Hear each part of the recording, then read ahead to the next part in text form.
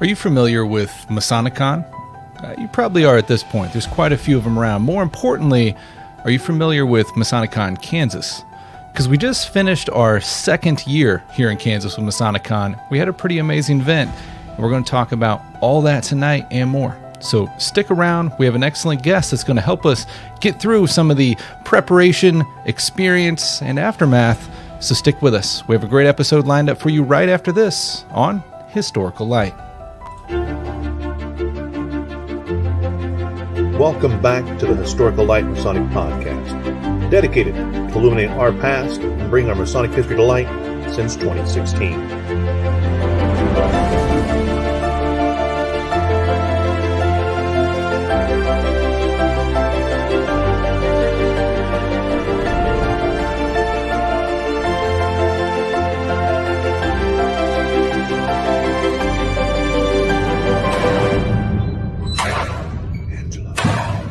And now, enjoy the show.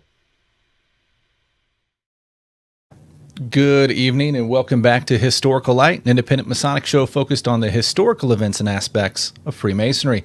I'm your host, Brother Alex Powers. We're back for another episode, and we have an amazing guest with us this evening. Most Worshipful, got to throw that in there because he hates us to use it, Most Worshipful Daren Kellerman, who was also our Master of Ceremonies for the second year in a row at Masonic Con Kansas, which we're going to be talking all about tonight. But Brother Kellerman, thank you so much for being back. How you doing tonight? Alex, it's always good to be back. Always great to be here on Historical Light. It was great to see everybody at Masonic Con Kansas 2023 last week. Now, you looked a whole lot different just a few minutes ago. You had like a really amazing camera shot, a full frame image, and now you're on a choppy feed, half frame. What's going on? Yeah. So, as we all do, we rush to get home from work and see our favorite Masonic podcast. I'm getting ready, trying to grab a bite to eat. And I had one of my favorite drink cups here, getting the laptop ready to go, had the camera ready to go, and apparently, I don't have the special adhesive for the bottom, and said beverage is now irrigating my laptop. And so there was a mad rush to get logged in because, you know, with this recap going on, I don't want to miss it to find out all that went on. So the Kansas Lodge of Research brought down Kellerman's computer. You talked about not having the adhesive on the bottom. I'm happy to announce that the Kansas Lodge Research still has a bag full of those sticky goo dots that we used to use on our dues cards that we know you love so much. So just to make sure that doesn't happen again, we're going to ship that bag out to you tomorrow. Those that don't understand the humor, I still can't hold my dues card without the paper attached to the back of it, the Kansas Lodge of Research. KSLOR.org if you want to be a member. So the fun little backstory there, we try to be extremely professional, and we got the plastic dues cards, and similar to when like you get a credit card in the mail, there's always the glue dot that holds it in place. So we ordered some, but the cheap package of glue dots that we bought were like extra heavy duty, and they got quite the grip to them. They were wonderful. They did their job, that's for sure. Well, you know, we actually used those one year at the lodge, so I'm sure they're going to watch this and be like, oh, that's what happened. We used them at the lodge one year for Ashlyn's birthday party and used them to hang balloons up on the wall, and going to take those off, it took the paint with them. Oh, nice. Yeah. Good grips. Good news So about those glue dots, long after the show is over, 100 years down the road, glue dots will still remain. Exactly. Kansas Lodge of History. So, for those that may not be familiar with who you are, not seeing you as a past Grand Master or the Master of Ceremonies for Masonic Con 2 times in a row, if you'd give us a little bit of an introduction of just who you are and your role in Freemasonry. Yeah, I am a third-degree Master Mason in Kansas, past master of a small, medium-sized rural lodge in Kansas, also belong to an Affinity Lodge in Kansas. Various roles for the Grand Lodge of Kansas, as many of us do. And I'm also, most importantly, a Patreon supporter of Historical Light Masonic Podcast. So fantastic on that. So Well, thank you so much for being here with us this evening, brother. It means the world. And talking about that, before we jump into the meat and potatoes of tonight's show, we do want to give a quick shout out to our Patreon supporters. So Historical Light's been around since 2016, and we are able to continue and grow because of supporters like you. So if you like what you see here and want to help us do that, keep bringing Masonic history as our core. It's funny, I'm watching Kellerman in his little preview screen getting a bite of pizza down there. Wish you guys could see. But if you guys like what we do around here and want to help support that, you can head on over to the website, historicallight.com/support, and you can do so through Patreon. And there are various different packages you can jump on and get some perks to go along with that, as some of the ones that you see on the screen there. So we would definitely appreciate that so we can keep bringing you amazing Masonic history. And I don't have to show the Masonic Con Kansas. I don't do it anyways. We always promo Masonic Con Kansas, but we're not selling the tickets anymore. Here pretty soon, though. We got to start planning for 2024 very, very soon. 2024. Man, so 2 years in a row now. What was your experience of Masonic Con when you first heard about this? Had you ever heard about Masonic Con prior to 2023's?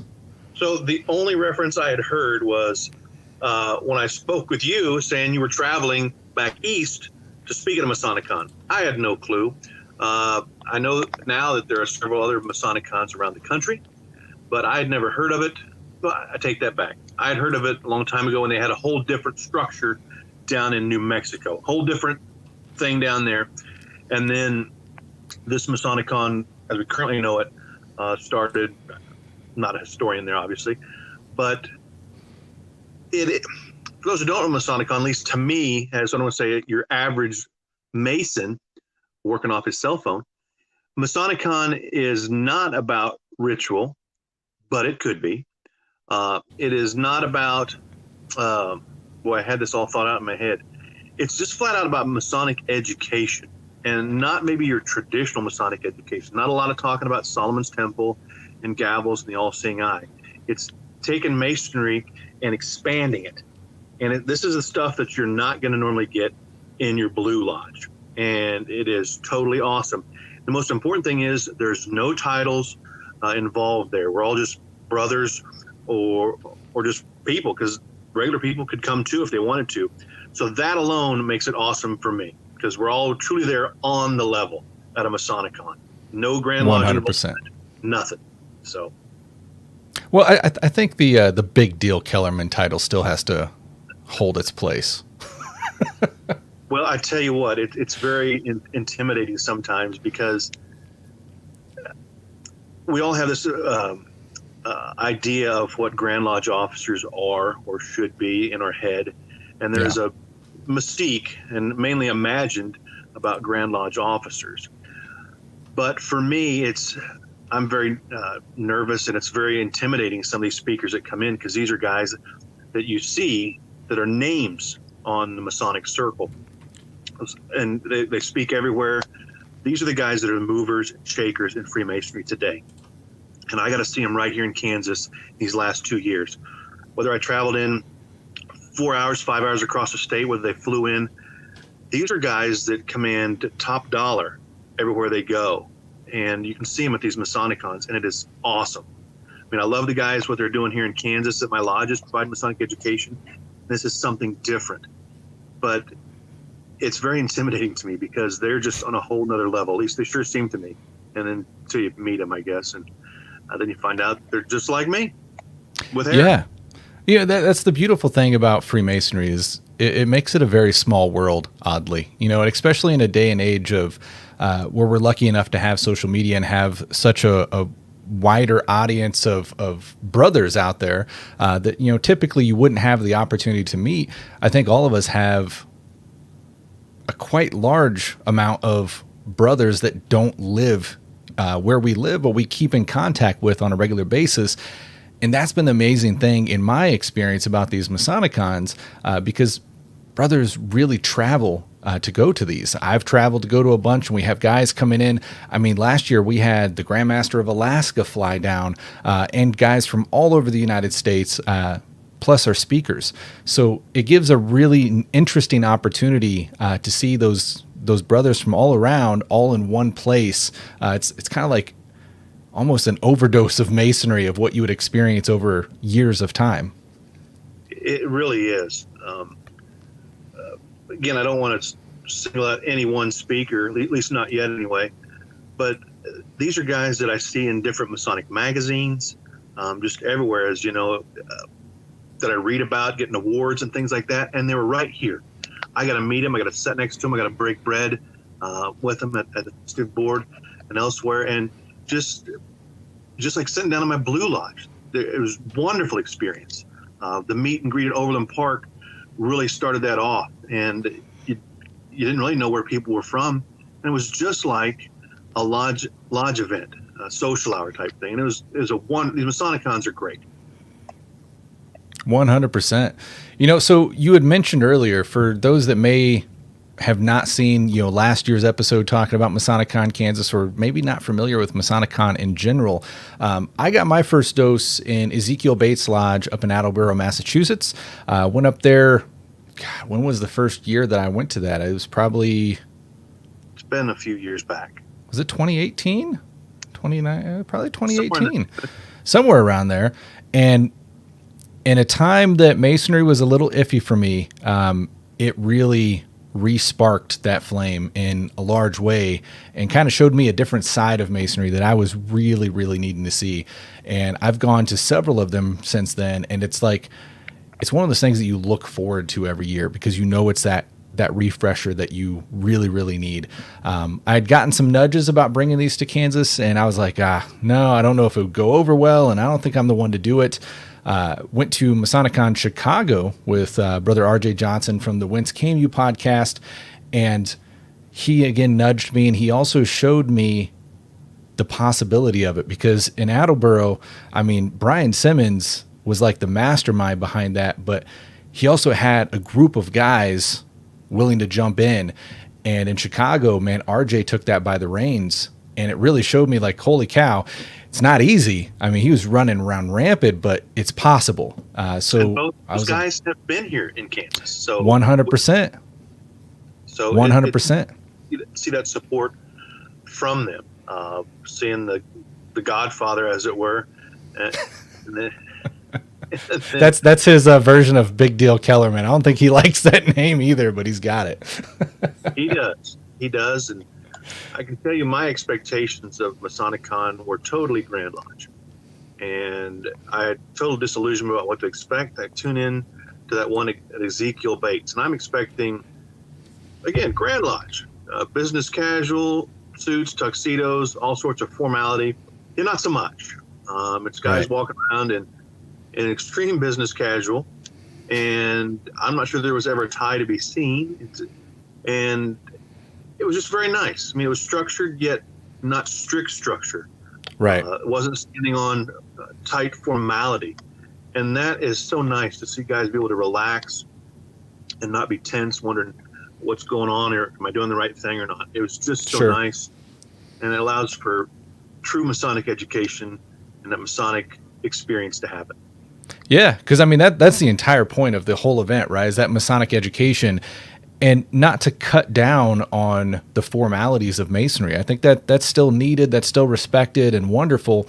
But the huge thing about these Masonic Con events is it is a load of Masonic education. These are long days. You're full day with just back-to-back speakers, high-level stuff. So they don't really have that formality as front and center as an aspect. It's more come for the education. That's what you're here for. We're not here for ties and glitz and glamour and stuff. That has its place. Today is purely about the knowledge. And, that's 100% why Ryan Flynn designed our logo, but we did alter the square and compass part of that design and made it into a fellow craft setting for I love it. Purpose reasons, right? Like going in there for that knowledge-based degree. It's wonderful. And a lot of people, it's one of those things, it's hidden right there, and you don't really notice it until somebody says, oh, hey, because I even heard somebody say, oh, hey, did you know that you did that wrong? And it's like, no, he didn't. It's done intentionally that way. And it just makes sense once you see it. Yeah. Makes a lot of sense to me. So we're seeing some comments come through on the Facebook side. We've got, of course, Yvette, my wife, with us, sharing it out. Thank you for everything you do. I've also got Brother Justin Staley on here saying good evening. Brother Dwayne Marshall from A Past Master's Thoughts saying he had an awesome time at Masonic Con Kansas. It was great seeing you there. And of course, Most Worshipful Stoops on here throwing Kellerman some shade. Water-cooled computers are amazing. They are. They are. And we will discuss his presentation tonight as well. Oh, man, that was a good one. And he kind of set the tone for future speakers. He did. He did. Who else we got on here? We got Brother Brad Drew, who is one of our speakers at Masonic Con 2023 this year. We've also got DB on here saying Masonic Con Kansas was a great day of light. Attended virtually. You all did a great job. Thank you so much for that. And we have a comment over on the YouTube side from another podcast. We've got the guys over at Old Fashioned Masonic Podcast saying, sounds like it's catered to newer Masons. What do you think, Kellerman? Is it catered to newer Masons? I don't know. It catered all the way around because there's several of these speakers that I'll be honest, I got lost. And I can't wait till we get those uploaded on the website because I need to revisit them because there was some pretty deep stuff. There were some that just were right there, and I understood very easily. But there were some that were pretty deep dives. But while we're with them, those brothers from the Old Fashioned Masonic Podcast, you need to get them up there to Masonic on Alex. Maybe they could do a special episode or something from wherever you're at in 2024. Hint, hint, nudge, nudge. Those guys are hot right now. They're working out of Wichita down there, and they've got some great episodes. So not sure if we're supposed to plug that while I'm on here, but I am because they're doing a heck of a job. And I'd love to see them at MasonicCon doing their thing. So yeah, that would be awesome. You know, it's a fantastic point, though, bringing up catered to new Masons because it is and it's not, right? But that's the amazing thing because getting into Freemasonry, there's not a lot of opportunity, especially on the education side for the new Masons. A lot of the stuff we get into while Masonic Con Kansas and other Masonic Cons have those deep dive topics, the way these are formatted is to be public friendly. So it's appropriate for an EA, which is amazing because for some guys just getting in where a lot of times they kind of sit on the side for a little bit, this is, no, come on in, let's do it. And we actually had an EA and a fellow craft at the event. We did, and we had an apprentice there last year as well. And I tell you what, and it was amazing to me because the entered apprentice was there with his father, and there were several father-son combinations there. But the entered apprentice was invited to sit up at, I would say, the head table, but there wasn't no head, but up at the front table. So he got put in the mix he sat right next to Ryan Flynn and yourself. So two Masonic powerhouses in my way of thinking there. But then just because things happen, the two senior Grand Lodge officers of Kansas that were in attendance, the Grand Senior Warden and then the Grand Senior Deacon were there. They had traveled in from another event, and they carried with them a tie and a bow tie of the Grand Masters, and the Grand Master of Kansas, Robert McClarty, had given them an emblem, and they presented that to that entered apprentice, and that just doesn't happen. I mean, right. This guy's sitting at the head table at Masonic Con Kansas, being addressed by the representatives of the Grand Master and given tokens from the Grand Master at his direction. So the fact that happened, the Grand Master thought enough to do that, and those guys to carry through, holy smack. It was just a moment for me anyway. 100%. And, 2 points of thought there, because one, I think it's pretty amazing. Masonic Con in general, traveling from, jurisdiction to jurisdiction, you see in a lot of sense, Grand Lodge is heavily separated from these because they are kind of the informal side, let your hair down, if you will, type of masonry. And especially like we largely leave out titles and stuff. It's purely about brothers getting together and focusing on education. But we're lucky in Kansas because, and not to, trash any other jurisdictions by any means, But I feel like Kansas is special in this way that like Grand Lodge really gets it, and they also get the purpose of this type of event, and they fully support it. And that's why we saw, even though there was other events going on that day, we had Grand Lodge officers there just to show support in the jurisdiction, which I thought was amazing. The other part of that was I actually today received a message from the father of that EA that was with us and was talking about he was even at a point of a little bit of struggle, not really getting what he had hoped for, and Masonic Con really relit that fire for him as well. So that was just amazing to hear. It is, and that's what happens. I met Kansas guys that I didn't know, and they didn't know me, which was great. So we were able to have just a normal talk, because sometimes there's some weirdness, but there wasn't that, and I really enjoy that. And let's be honest, at some of these Masonic Cons, there is some anti-Grand Lodge talk, and that's okay, because that's real. And even here in Kansas, that happened, but the Grand Lodge officers, I think, took that in stride. But those frustrations need to be brought out, and to hear how bad it is in some of the other jurisdictions, and saying that they couldn't even suggest some of the things they did here in Kansas without Masonic charges is amazing to me. Because, again, here in Kansas, they're very open, and they want to know how to make things better.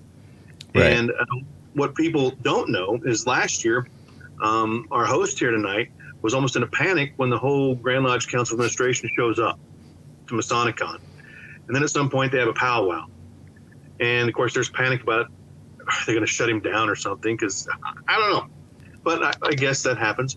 But they were having a meeting, impromptu meeting, and they wanted to endorse Masonic Con Kansas. And there's now discussions of the Grand Lodge of Kansas possibly coming on board as a sponsor next year as well. I mean, nothing, they just want to support what they see as a great endeavor. I think it's something that's pushing forward a positive image of Kansas Freemasonry and Masonry in general. So that is amazing, Alex. And I know you would say it's not a one-man show, and I would agree because your wife does most of the work for you. But I can argue there. Job well done to both of you and to all the people that have helped you. Oh, thank you so much. Thank you so much. And I mean, honestly, it's been a true pleasure having you on as Master of Ceremonies these first 2 years. Just a world of help behind the scenes, and couldn't have done it without you either, man. Well, you could have. But I appreciate the sentiments, but I really appreciate it because, again, I'm getting to meet a lot of these people that I just hear on the podcast and such, and it's just amazing to me. And they're just regular guys. And, Jason Richards, Michael Stoops, Brad Drew, Matthew Parker. Matthew Parker, he came and he brought his dad. He flew his dad in. Yes, yeah. And his dad had never heard him speak before. And it was just an amazing moment there. We also had Rick Gillett. I'm still screwing up his name, I'm sure. And Ryan Flynn as well. I mean, all great guys. I mean, these are just people I see on Facebook and stuff. And they were here in Kansas. It was amazing. So, there they are right there on the custom cards that got handed out as part of the swag. Yeah, we, of course, had Daren Kellerman as our Master of Ceremonies, Rick Gillett, Matthew Parker, Ryan Flynn, Brad Drew, Michael Stoops, and Jason Richards. So, and that's really the amazing thing that blows me away about this, because these guys are from all over the place. I mean, Stoops, he's a Kansas guy, but for those that don't know, he doesn't live in Kansas anymore. He flew in from Ireland to be here. Ireland. There's a humorous moment because one of the presentations talked about what happens to the Grand Masters when they're done, and Brother Stoops like, you move to Dublin, and that's what he does. Exactly. But he came back for Masonic Con Kansas, and it was amazing. Some of these guys had conflicts in their schedule, and they still came. Yeah. So I definitely want to dive into some of the topics that we heard about, some of the happenings that went on during the event. But before we get there, I want to talk about the beginning, because last year we had you on as Master of Ceremonies, and you being you helped me out in an embarrassing way because I was so swamped. And, this year was like a third of the stress level that last year was, because last year I'm OCD as heck and I didn't know what to expect. So I'm figuring for the worst and my brain's going a million miles an hour. And I hadn't mowed my lawn in probably 2 weeks, just full in on this. And I mentioned one thing in a joke to Kellerman. And next thing I know, I'm sitting at work and I've got a Ring doorbell notification of a guy in a long tail tux and top hat mowing my front yard. Well, just want to lock in my job as MC there, so. Exactly. Well, during the year, that neighbor that stopped and took photos has passed by a few more times and given me polite little jabs of, hey, nice yard and whatnot. So I was thinking, since we had you on again, it wasn't really appropriate for me to introduce you this year. I just didn't feel like I was worthy enough. So we got somebody that I felt was a little more worthy, because doing some reconnaissance, I found out that when you came to Masonic Con last year, you actually missed an event that you were really hoping to go to, because you're an old WWF fan from what I found out. And there was a WWF event in Overland Park last year, same day as Masonic Con. And you gave it up, and you came to join us for a day. So I figured none better than the old WWF ring announcer to actually introduce you into the event. Let's take a quick look at how we started our day. Hello, Alex. Tony Chimmel here, the GOAT of ring announcers. I'd like to thank you, first of all, for ordering this cameo, or as we call it here, a chimeo. Daren, I'm sure you'll do a great job. Thank you guys for ordering this chimeo. Thank you for being a huge fan. Appreciate it. And good luck. I'm sure you'll do great. Thank you. And without further ado, ladies and gentlemen, please welcome your MC for the Masonic Con Kansas, the super talented Daren Kellerman. That was fantastic. I was so stoked that he did that. When I even told him exactly what it was for, and I really thought he was going to come back and be like, it's for an event, I can't do it. But he was a great sport. Total surprise. But I tell you what, Alex, I don't regret a minute of missing any event that's come to Masonic Con. I learned so much last year. It was amazing. And that introduction was great. I never need that kind of stuff. But people that didn't know, you went to the hospital last year. You were so stressed out over the I did. Not so much. And a lot of guys, this stuff comes easily, but you are OCD, and it drives your wife crazy as well. On the stupidest of things too. I wish I was OCD on much, much different things, but no, it's got to be the dumb stuff. Friday night this year, folks, we are going at Overland Park Lodge. Thanks, guys. You're a great sponsor. Beautiful lodge. Go back and watch last week's Historical Light episode. Came live from Overland Park. But Alex gets there and he's doing his stuff, and then it just dawns on him, oh my goodness, Ryan Flynn's sitting at the airport, and his wife had just got there for an event. And he goes, honey, Ryan's at the airport, go get him. And she, without saying a whole lot of bad words, just went and got him. So I don't know how long Ryan had been sitting there and how many drinks he had. I know, talking to the guys, there have been a lot of flight delays, and a lot of the bars and airports across the country were supported by Masonic Con Kansas last Friday and then on the home Sunday. But it went wonderfully, Alex, and there were so many wonderful sponsors, including Overland Park Lodge, who hosted the meet and greet in their beautifully remodeled lodge. And that was great to hear the guys talking about that lodge. Yeah, 100%. Sponsors and vendors were amazing this year. And just to kind of run through some of these, we had the Masonic Roundtable, another amazing Masonic podcast that you guys definitely need to check out if you haven't. But if you haven't, I don't know where you guys have been. We've also got Amity, has been around for 2 years now, being amazing. Kansas Lodge Research, HL Media. Hang on just a second. Yo. Amity. What's up? The fact that Amity comes is amazing to me because, and I'm not trying to slight you, but I guess I am. I guess that's how it works. But we're just Masonic Con Kansas. Just a small little deal. Amity is worldwide. They are the Masonic app. I mean, all over the country. And Jeremy Barnes, the owner of the company, came here, gave away, I mean, last year he gave away one of those signet rings. This year he's giving away some of those Masonic passport cards. Amazing stuff. He hosted the meet and greet, or part of it. This is the second year he's done that. Yeah. And to see the guy of Amity travel safely is amazing.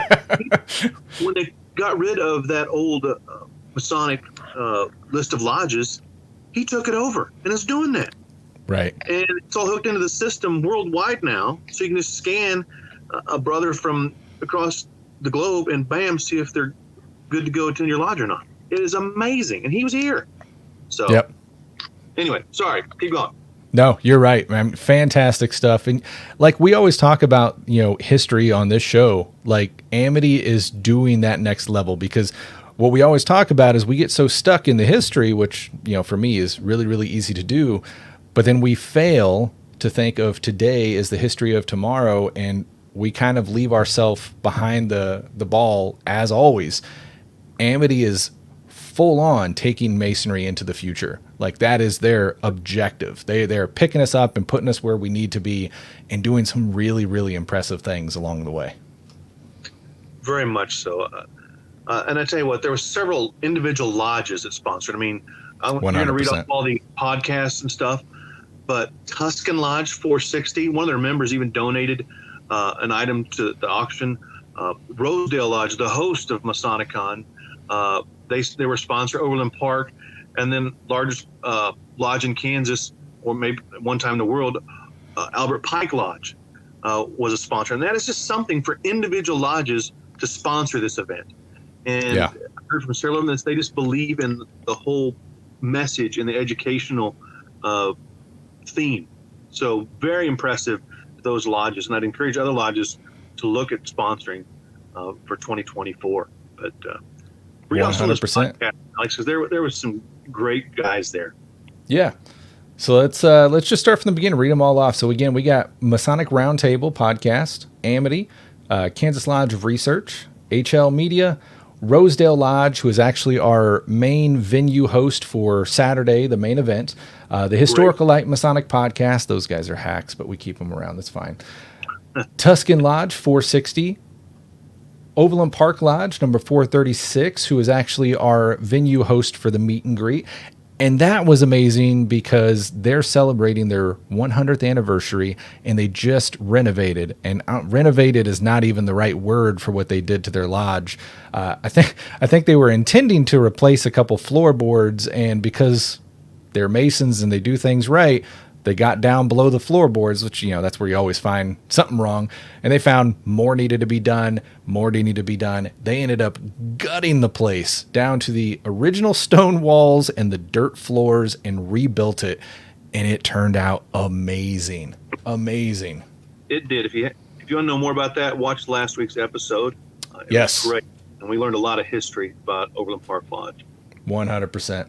We also had the Whence Came You podcast with Brother Robert Johnson, at Refreshment Masonic podcast, or Masonic Video Cast, I should say. The Traveling Man Masonic podcast. We had Creations by Reedy doing custom tumblers and stuff of Masonic nature. It was really, really awesome. Ash and Anvil, not even Masonic related. They're a company new to Gardner that opened up a cigar lounge just a few doors down from the Masonic Lodge there. And, of course, a lot of Masons like themselves some cigar and scotch. And I think our brother Dwayne Marshall from Past Masters Thoughts has frequented that spot a few times. And he had a lot of Mason friends, so he joined on as a sponsor and actually came out as a vendor at the event as well, which was amazing to get to meet him in person for the first time. We also had Brother Ryan Flynn, the Masonic artist, was out there in person. He was a speaker, but he was also a sponsor and a vendor and selling some of his amazing prints on site. Brother Rick Gillett. Yeah, go for it. To see Brother Flynn's stuff in person, right? Amazing. I follow him on Facebook and to see him painting some of that stuff. I guess I don't know if painting it, but it is the right word because it's just so much more than that. He puts so much more into it. And to see it in person and to be able to get an inscription on those prints, just wow. Yeah, 100%. I'll put it this way. My wife does not like Masonic stuff around the house. She makes me put everything down in the studio here, which is dubbed the Mason Room. But we actually have a print of Ryan Flynn's hanging in our family room upstairs, right by the front door. And to me, that says a lot, just because his work is it's not just supported because he's a Mason. Like that's not even, love you, bro, but that's not even like on the board. His work speaks for himself. Like, I urge you guys, just go on Google, search up Ryan Flynn and look at some of his pieces. Very, very deep and amazingly done stuff. Yes, very much. Let's see. We also got on here Brother Rick Gillett with Sanctum Sanctorum Facebook group, was also a sponsor, and he was one of our speakers this year. We had on here Mercury Crafts was in the house selling all kinds of Masonic goods. Great Wall Studios was there selling their custom Masonic aprons, which are pretty awesome. And of course, Albert Pike Lodge 303 down in Wichita, which I was actually just with those brothers, I think a week before the event. And they had an amazing family event down at Wildlife Park there in Wichita, which was like a full-on zoo in a small way, but way more personal than I've ever seen before. Like, you got to touch and pet all the animals. And they were telling me it started out as a rich guy's private collection and then got public. But the event was so amazing because, at least me, I've pushed for like this Masonic family for so long, and it's hit and miss at times. But with Albert Pike Lodge, it was just natural. It was really, really cool to spend the day with them down there and just see the bond that lodge has. They're doing some really cool things down there. So props to them. Check out their Facebook page. Ton of pictures on their Facebook page of that event. Yeah. So also make sure you go to Rick's Facebook page as well. There's a lot going on that page, and he would love if you would follow his page. 100%. I'll post a link to that in the description later. Yeah, definitely. And okay, so our guys from the Old Fashioned Masonic Podcast are throwing up the name here and trying to embarrass me because I couldn't read that when I was there. So at least one of the hosts, I think both the hosts of the Old Fashioned Masonic Podcast are Albert Pike brothers down in Wichita. But whatever that says is the name of the wildlife park we were at. Tanganyika, whatever. It's a really cool place. Yeah. They're going to be like, yeah, don't come back. Don't come back. So, but no. For the record, Russ carries that show, not Brian. No matter what it seems the show, Russ is the heartbeat of the show. Just saying. Love you guys. It's good stuff. Good stuff. We've also got Brother Ed Montgomery on here saying, thanks for making the virtual attendees feel welcome as well. Alex was fixing things and chatting with us in real time to make the magic happen. Yeah, there's always some tech issues in the beginning, but we got it figured out there. And we are going to have all those recorded except for our keynote address, which was a little bit of a sensitive topic, so he didn't feel comfortable having that in a permanent recording. But all the rest of those are going to be available in the members or the alumni's portal on the Masonic Con Kansas website if you were in attendance.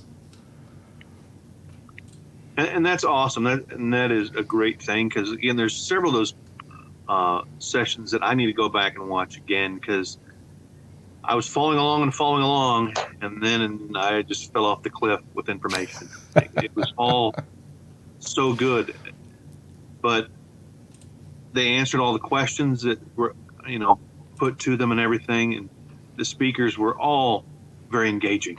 And yeah. And I'll tell you, when I even told Jason Richards this, the keynote speaker is supposed to go on earlier in the day. And a couple of the guys doing the scheduling, not us two, wouldn't be us two, Alex, not us at all, somehow got him put after lunch. And there was some discussion between Alex and I about that. And it's just like, nope, we're going to leave it right there. And sometimes things happen.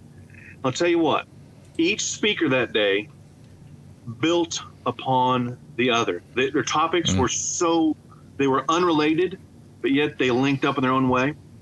And when Jason hit his, and his was called Death, Your Final Initiation. Yeah. It was pretty intense because the room was darkened anyway, just so we could see the screen. But then just out of nowhere, a thunderstorm rolls in, and the background is thunder to his presentation, and it just made the almost surreal. And whereas most speakers hate that right after lunch spot, it couldn't have been in a better spot. Yeah, that was perfect. And it took what was already a great day and just shifted it into overdrive. And the rest of the afternoon just rammed it home. But that keynote address by Jason was just super intense. And again, that is not available for replay. You had to be there in person. There was a lot of great stuff in it. We saw it live, but holy cow, it was intense. It was intense, and it's intense for him to deliver as well. You know, at least I saw when he finished that, he kind of stepped to the side and had to take a deep breath because it's an intense talk, and it takes a lot for him to deliver it, and he does amazing at it. You know, it's a topic that means a lot to me because it is near and dear to the core of Masonry, in my personal opinion. And I've tried to give presentations in a similar manner on this topic before, and I'll just admit, whenever I do it, it always comes off cringeworthy because I look up and I'm halfway through a presentation about you guys are going to die talking to a room of 85-year-olds, and it just never comes off well. Jason knocked it out of the park. This is not memento mori. This is something on a whole different level. It is. So Jason was in particular talking about NDEs or near-death experiences, and the reason he doesn't want this to be recorded and put into the portal, he only wants to deliver it in person, is parts of his presentation actually has real life, or not the word, he has people talking in it, so there's audio to it actually talking about their experiences, and it's of a personal nature. So we totally 100% respect him not wanting that in a recorded nature and only delivering it in its pure essence. But during that, because he had audio, I 100% thought this thunderstorm was background audio, and it was perfect because it wasn't just your normal thunder. I mean, nobody knew there was a storm coming through. At least I didn't. It was bright and beautiful outside, and then he's giving this, and you just start noticing it got a little darker, and I just thought, oh, a cloud. But just that eerie, deep, slow rumble just carrying through, it was absolutely perfect. Set the tone like no other, and just went over amazingly. It was, and I would encourage anybody to reach out to Jason or to any of the Masonic Con speakers and see if you can bring them to your lodge or to your event. Because all these presentations, I would definitely recommend to bring to your lodge or to your event. And I think almost all the guys will do it, you know, just you pay the freight to get them there, and they'll deliver. I mean, I'd recommend an honorarium just because they're so damn awesome. Yeah. It was just unbelievable. Yeah. So I'm gonna hold off on Stoops because his presentation really brought it home, and I think he set the tone for future speakers. We're going to get into that. Let's jump over to. If anybody's got any comments about speakers, make sure you put them in the comments. Whether 100%, 100%, or on the replay of this live broadcast, put them in there. What you thought, or if you'd like to see it yourself, you know, or have them come out, we can help get you in connection with these guys. Because that's the goal here, is education for everybody, whether you're at Masonic Con Kansas or any other Masonic Con. Most definitely. So let's jump over to Brad Drew. He had a really interesting topic, Flight 357, talking about a journey of significance. And oddly enough, in a day and age of join, he was saying something of a little bit of a different tone, right? It was interesting because he puts up there, and I'll tell you, I'm watching from the side of my little chair over there, and he puts up the list of all the organizations he belongs to or did belong to, and I'm like, oh, here we go. Because that's my whole big deal speech right there. If you got to tell me you're a big deal, you sure ain't. And he is going through it, and then he just slips sideways on us and starts talking about your worth to the organization and things like that, and maybe you should quit things. And it just out of left field, like, bam, what a great, and it was great. And he started showing things that he had left so he could, you know, be better for himself and the organizations. It's one of those humbling thoughts that we preach, but we don't practice, I think. Because early on in Masonry, we hear about our 24-inch gauge and treating our time appropriately and only doing things if they, you know, are not going to bring harm to ourselves in a time aspect and manner within our lives. And in the same breath, we're saying, but do more, but take on more, but join more. You're not doing enough. You can do better. You can take this on. You can take that on. Let's do this. Let's do that. And everything we do makes everything we do just a little more spread out. Yeah, I mean, whether you want to call it too many cooks or just waters it down, even though that's not the intent. Yeah. I'm not saying that about anybody at all, but it does. I mean, and there's some guys out there who just dedicate themselves to Blue Lodge only. Sure. Because that's what they feel they belong. And everybody has their reasons for joining. And Brad really addressed that very well. And my remarks here do not do that presentation justice at all, because he leads us right down the path. And again, you think he's going one way, and then he just took me another. And it's like the doors opened, and it's like, holy smack, see that coming. And that's what Masonic education is about. And it's just, I'd pay to see him again. 100%. And, you know, the neat thing was his talk wasn't really like pointed in any one direction. It wasn't, hey, you need to be involved in this and not anything else. Like, I heard him in multiple points saying, examine what is truly bringing you value in your life. If something that you're involved in is not bringing you value, get the hell out. Yeah. It was very intense. And for a Masonic conference speaker, it just wasn't expected by me anyway. And again, I have such, even today, still have a different idea of what these conferences should be in my mind. And all these speakers just hooked me in. And it was 100%. wonderful. Oh, yeah. Now, Brother Gillett was throwing out cigars to the whole audience, which was pretty amazing. Caught a lot of people off guard, but he came bearing presents.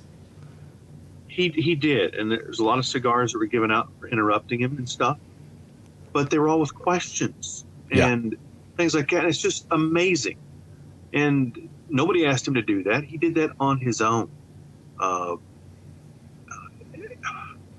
and he was the lead-off speaker, and it just started out, I don't want to say with a bang, because it wasn't a bang, it was just a boom, and kicked it in, and we were going. And he was so good. 100%. It definitely set the tone for the day, and it went over amazing. Everybody was having a blast, learned some really, really cool stuff. Even my wife was in there, because he's going through like a personality type test, and my wife's in there doing it as well. Like, I was trying to get her attention because we were for those guys early on in the day, we were having some tech issues, and the camera that we're using, she's very, very familiar with from her work. And I'm trying to get her attention, like, hey, babe, it's doing this. I need your help. She's like, hold on. I'm doing this. she's 100% engulfed in the presentation. Yeah. And that's just it. This is a presentation that, while it linked up Masonically, could be given to any business organization. Yeah. Easily. 100%. And some of the stuff here, I mean, is it talked about how to utilize what you have in the people, but you have to know what the people have for you. And I know the Shrine does a lot of that, because, you know, how do you manage a group of volunteers? And Rick's presentation addressed that very succinctly, very well. 100%. Then we had Brother Matthew Parker came down. He is a Kansas Mason, but he's presiding in Nebraska. He's a Nebraska Mason as well. And he came down, and we messed up. I messed up, because on his card it says here that he presented the essential Jewish character of Freemasonry. We had bounced around several topics, and that's actually a topic that he delivered to the Kansas Lodge of Research. And when we were deciding on topics, I got mixed up. He actually delivered a wonderful topic. Both the essential Jewish character was an amazing one. Join the Kansas Lodge Research if you want to see that. It's in our members portal. But he talked about lessons of the kings from biblical scripture. And really, really amazing talk, and tied a lot of points of Masonry to that as well. And I learned a ton from it. His is one of those that I have to go back and watch again, because I was going right with him, and then it just went on a deep dive, and everybody else is going, yeah. And Daren's over there going, what? So I'm looking forward to that one on the replay and doing some research with him on that. So 100%. It was fantastic. And, that's the amazing thing about this, because we do record these, and then our attendees have that access. Because, on the Kansas Lodge Research side that I lead up as well, we deal with that all the time. We'll have a speaker come in, it's a deep dive, and it's like a little bit later, you start getting messages. Hey, what did they say about this? What did they say about that? That's the amazing thing. And we do the same deal where you can get in the portal afterwards and you can catch up on all this stuff and go back through, see it again, hit those key points, and really sink in that information. Like, this is all about the education. So we really try to give that every opportunity. And Matthew also is, I don't know that Masonic poet is the right word. Yes. But that's what I'm going to use. But he penned a poem, as it were, and had some professional calligraphy work done and donated that to the silent auction. And it was a beautiful piece of artwork. It was a beautiful poem.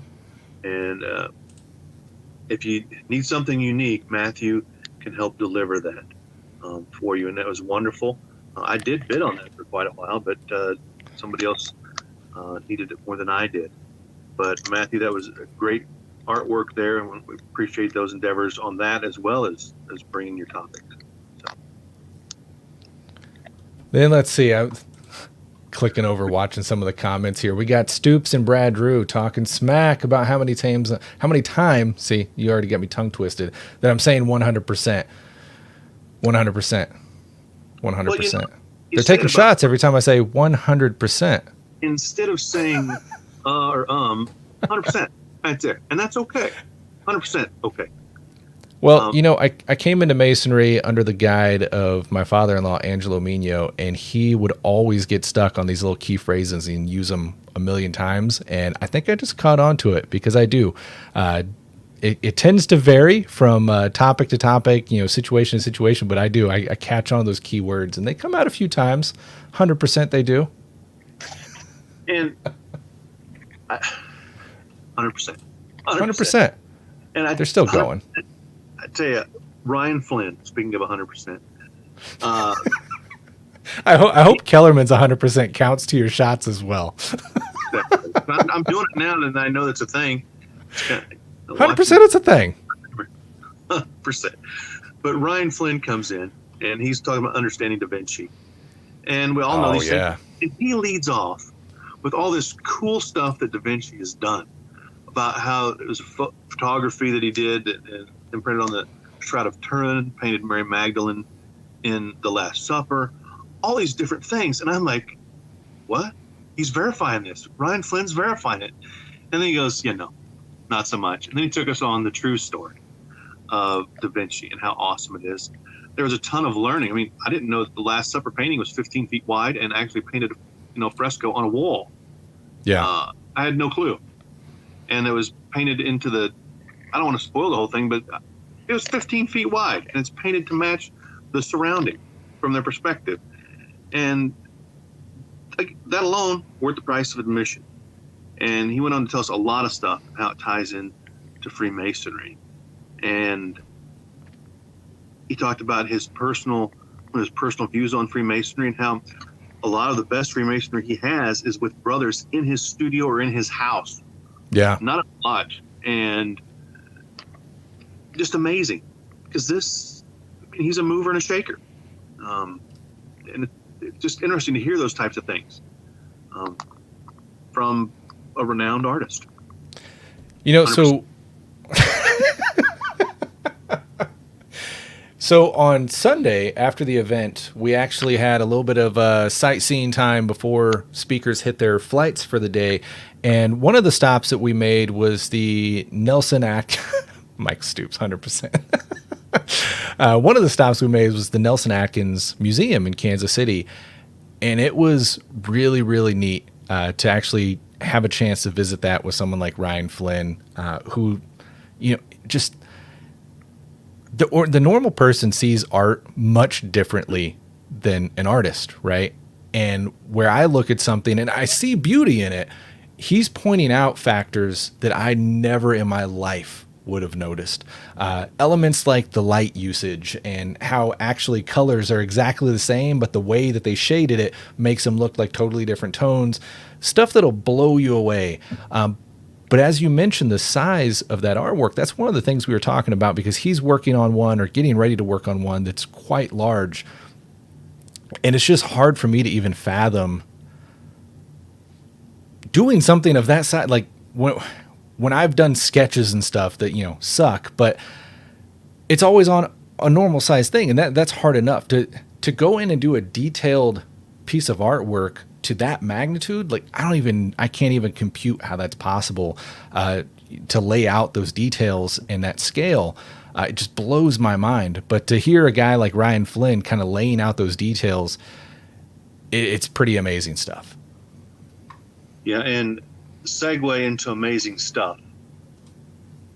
We had Chef Michael Stoops as our final speaker of the day. And I tell you what, if there's this, and of course this is all personal preference, I suppose, but you really hit home with a lot of people and views on the way things are done for an apprentice, possibly. And I believe it was Jason that ended up buying a piece of Brother Stoops' cake for $25. Yeah. And that's a bargain if you've ever, and they fought over it looked like after that. But that presentation, I think I can guarantee if you invited Brother Stoops to your lodge to give that presentation, cake or not, you will not be disappointed. I disagree. He could have delivered that in a stadium, and he would have got a standing ovation at the end of it. He took us there, and then he's leading us down the path, just like the other guys. But this was even more powerful because there was cake involved. And it was just that simple, relating cake to Freemasonry. And it was just darn amazing because everything clicked. Every argument I've heard against this type of topic just faded away, and it all made sense. And this is Michael Stoops, Master Mason. He doesn't belong to any other Masonic organizations. He gets it. And again, invite this man to your lodge to give this presentation. Let me read the topic: growth and retraction, the Masonic multiplicity effect, and beyond. Yeah, that's a mouthful, but damn amazing. So try not to laugh here. You're talking about him, and while we've been joking with 100%, he comments on the Facebook side, which I wish I could share, 85%. Well, if that was 85%, I would love to see 100%, because I'd be scared to see 100%. That was powerful. It was powerful. The man had one slide and delivered. Yeah. His one slide was 2 shots of the same cake. One full cake, one slice. And I'll be dead honest. That he had made. Yeah. I'll be dead honest, though. So Stoops, weeks in advance, sends me his description, and he included in there a part about, and there might be chocolate cake, and I thought he was joking around, so I didn't really take that part seriously. And then he shows up with chocolate cake, and I was really thrown off. And I'm like, I don't get it. And he tried to really quickly in the kitchen kind of talk what he's going to do. And I was like, man, I think that's going to be really hard to connect. Like I kind of like listening to Flynn talk about artwork. I'm like, I don't know how you're going to connect the two. Blew it out of the park. Like any doubt I had, just crushed it. And then this is the part I was pissed off about.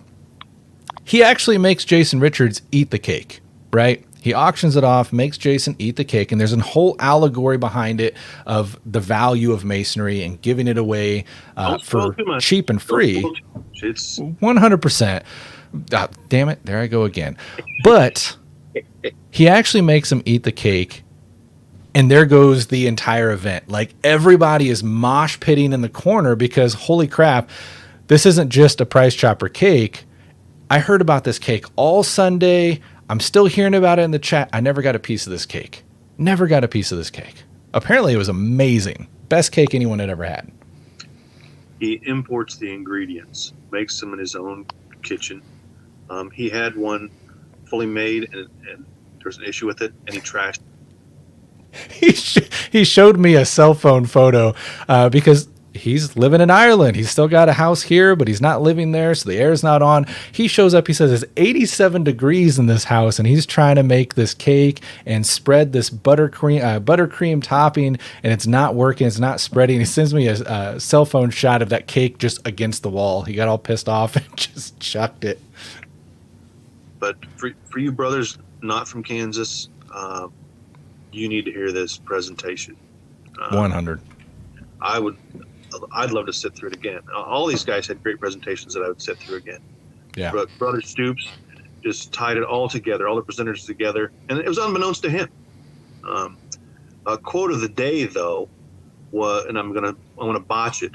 The other title for his presentation or reference was referencing the golden age of Freemasonry, was nothing but the urine stain on the apron that we left.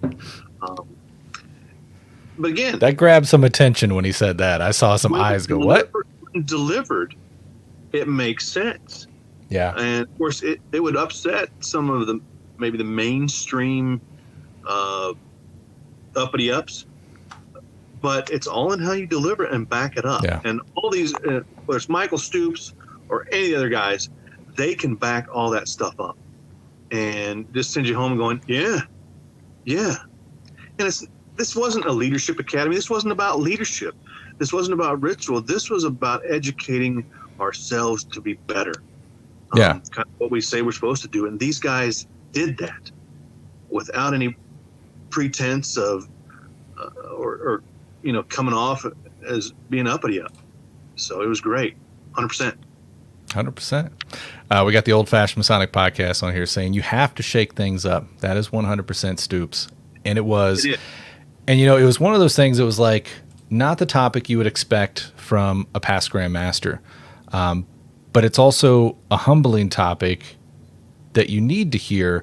And while it's, not like a leadership academy esque presentation, it also can be, because it really breaks it down for that food for thought that we all need to ingest. And like, this isn't just coming out of nowhere. Do what now? Grand Lodge of Ohio saying. Stoops did the research. He crunched the data on this stuff and just blows it out the park. There's real statistics there to back everything up, and it's a concern. And, we're in that day and age that we're seeing Freemasonry going a path that we don't want it to. And while there's various different reasons for that, in a lot of ways, we are expediting that process. And I think a lot of that topic matter goes to show what we can do to really take it serious and shine a new light on things. So, and the thing for me always is, it's not the individual Mason making that decision. Right. It's the administration making those decisions, because every brother that we've got out there is my brother, is your brother.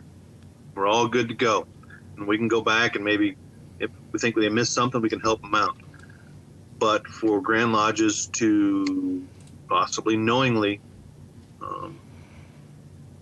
make them experience less than ideal, if the brothers have a choice and they choose what they want, because we all know brothers who didn't come in a quote traditional way, and they're great. But for Grand Lodges to kind of force it down our throat, again, not going that tangent, but Michael Stoops, that was spot on. People need to hear that presentation. Yeah, one. So, I don't want to go too much. We've got to get to our toast here, but I do want to say on that topic, that's always a thing. When we talk about one-day classes, people get their feelings hurt, especially if they went through one. And kind of as Kellerman touched on there, no one's trying to crap on a one-day Mason. You're a brother. The problem is you were robbed. And I think that's really, at the end of the day, what we're pointing at. So here's, and there were several one-day Masons here. But I'm going to give Russ a shout-out because Russ is one of those guys. And I made comments one year at Grand Lodge, and Russ came up and put it to me and said, Daren, you're wrong about me and the other guys that went through. And he's correct.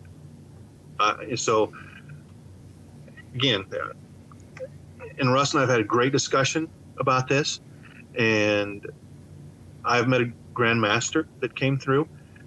But when I hear Brother Stoops' presentation, it really sinks it home for me, and I think it would for a lot of guys. But it doesn't make anything different for all our brothers out there at all. And it's what it is. But festive board at Masonic Con, when you go, last year we got the Founders Club tumbler. This year we got a little bit bigger tumbler. I'd like Is it to bigger? thank, It might be. well, it's round instead of square, so it's got to hold more volume. So That's it looks fair. more like what you're drinking those old fashions out of down there in Wichita. But I will say a special thank you to the Grand Senior Deacon of Kansas, Mark Reeder. Getting ready to start the toast, and he somewhere comes up with an extra glass. He had some bourbon in it, not this much, because he brought his special bourbon, and I got a sip of that. And it was the sharpest of fire, let me tell you. And the taste was wonderful. So thank you for that, Brother Reeder. As we are sitting at our traditional 906 Masonic toast, it's a thing, right? No, I want to see, brother, if you wouldn't mind, as our second in a row Master of Ceremonies, if you would offer up a toast to bring us home tonight. Well, brothers, wherever you're at, whatever you're drinking, even if you're not, if you're in your car listening on the replay or you watch this live, think about that Masonic education, whether you gave it, whether you heard it, whether you want it. Think about those things. I encourage you to share Masonic education. So that's what this toast is to, just to Masonic education. To Masonic education. Smooth. Well, I got to give a quick shout out. Oh, yeah, that's got some good stuff in it. To our guys at Amity, who always bring the sharpest of fire for the meet and greet. We had some left over, so I'm drinking off of some of the Bullet Bourbon Frontier whiskey that was left. Where's the camera? Left over from the event.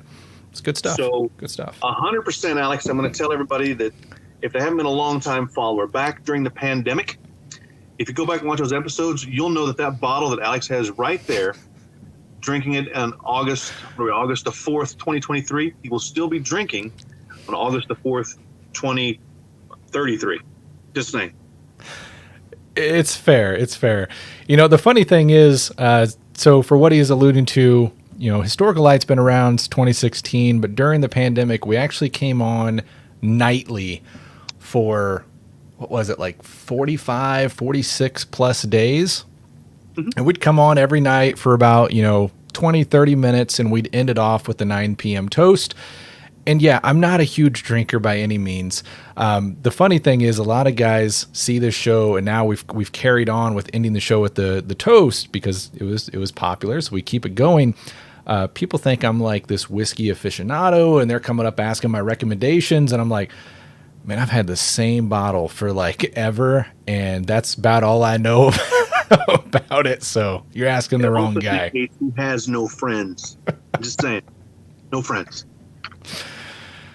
So it's good stuff. But yeah, really the only time I drink is making these toasts. So like literally until I drink out of this bottle, this one is not even finished. Any idea where this bottle happened to come from? What bottle this is was left over from the last meet and greet Masonic Con 2023. So it wasn't a full bottle when I got it. And I've been toast on Historical Light for a year with that now. Does that stuff have an expiration date? I don't know. Who knows? But tell me that stuff gets better with age. There you go. Our brother Brad Drew has an extensive collection. He would be the one to ask. So I did hear you say you are planning for Masonic Con Kansas 2024. Is that correct? Yep, and that is one of the points our brothers from the Old Fashioned Masonic Podcast pointed out. Dates for 2024. I don't know. We don't have them yet, but we will soon. That is something we were talking about. Even me and Kellerman were talking about that, day after the event, and it's on the table. We're working that out right now. Luckily, we already have some venues on the table. Thankfully, we have some amazing brothers there offering that up, so it's going to make it a ton easier to get that solidified much quicker this year, and we will have that information out to you guys very, very, very soon. Gang, this was a great event. We'd encourage you. Alex, I know there's some other Masonic Cons around.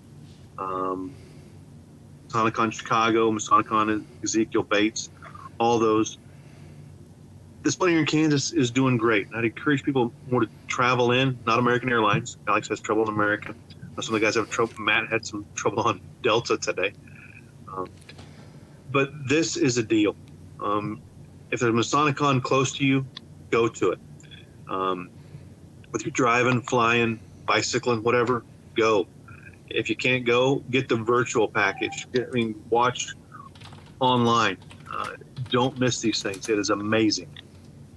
Yeah. And I think we've got Masonic Con Chicago coming up right around the corner on September 16th. That's in the Midwest. It's not that far away. So if you guys have the ability to get up there, you can check that out at MasonicConChicago.com. Brother RJ Johnson and the brothers up there with Speznosum Lodge do an amazing job putting that on. So definitely feel free to check that out as well. And I've got to give a quick final shout out here. Most Worshipful Stoops actually came bearing gifts, which meant the world to me because those that do remember those 40 plus days during the pandemic when we were coming on live, that was actually the first time I got into whiskey and I started to enjoy it. And I just went to the local store and looked, what's the coolest bottle I could find? Never heard of it before. There's a Powers Irish whiskey. I've got Irish lineage. Powers my last name. Thought that was pretty dang cool. So I got a bottle, and that's what I used pretty much throughout that entire pandemic was that bottle of Powers whiskey. Brother Stoops moved to Ireland, where Powers whiskey is manufactured and originated from, and he actually came to Masonic Con Kansas 2023 with a bottle of Powers Irish whiskey from Ireland, which I thought was amazing. I'll be dead honest with you, Brother Stoops. I don't know if I can open that bottle. It means the world to me, coming from you, coming from Ireland. I think that's a keepsake. I really, really do. So if you had to rate that on a percentage, how, as cool gifts go, percentage-wise, what percentage of a cool gift was it? It's worth another toast because 100%. 100%. 100%. Brothers, thank you so much for joining in with us tonight. For everyone that was at Masonic Con this year, last year, virtually in person, seriously want to thank all of you. Means the world. And I hope you guys will continue not only watching the show, but join in for Masonic Con as soon as you see those dates coming up for 2024. It's all about that Masonic education. Having the opportunity to bring something like this to Kansas and seeing it start to thrive is just amazing to me and an honor for me to be involved in it in the small way that I am. Really, it's every single one of you that makes it possible. I can have the vision and the desire to do it, but it takes a lot to fly these guys in from all over the United States to pull all the special features and stuff that we do. That is because of every single one of you that partake in the event. So thank all of you. And I can't wait to see you guys next year. So until then, keep preserving the history of Freemasonry. And we will see you next time right back here on Historical Light. Have a great night, everybody.